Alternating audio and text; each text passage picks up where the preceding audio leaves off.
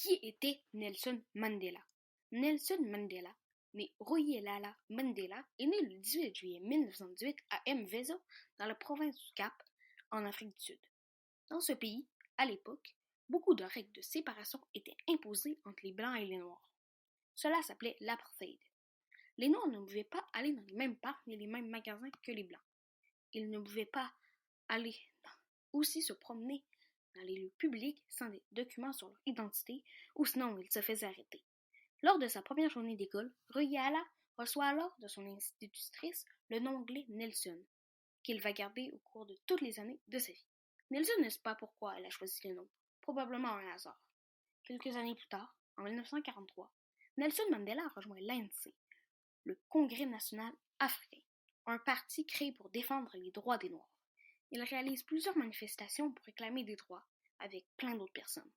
La plus marquante se passe en 1964. Les manifestants veulent abolir les droits qu'ils considèrent injustes, soit l'apartheid au complet. Mais Nelson Mandela, ainsi que 8000 autres gens, il y en avait en tout 10 000, sont envoyés en prison. Il passera 27 ans. Les conditions sont horribles. Les détenus sont séparés par couleur de peau, et évidemment, les Noirs reçoivent les petites rations de nourriture. Nelson est noté de classe D, la meilleure position qu'un Noir peut avoir dans la prison. Il reçoit, par conséquent, une lettre et une visite tous les 6 mois. Ça fait peu. Et ce n'est pas tout. Les lettres arrivent souvent en retard et sont illisibles. En effet, la prison oblige une censure sur les lettres. Sa cellule est petite, mais il garde quand même de bonnes conditions physiques. Il pratique 45 minutes de course sur place par jour. Mais le 2 février 1990, le président de Klerk annonce la levée de l'interdiction de l'ANC, la fin des quelques mesures de l'apartheid et la libération prochaine de Nelson. Le 11 février, il sort de sa cellule, après 27 longues années de prison.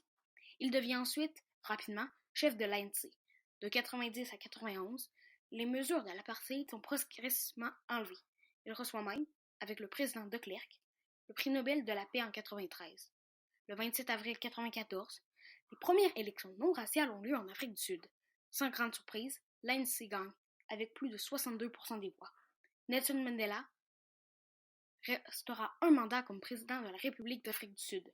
Il se retire ensuite de la vie politique. Il a laissé un héritage majeur à ce qui est aujourd'hui le pays le plus riche d'Afrique. Les lois raciales sont aujourd'hui totalement abolies dans ce pays.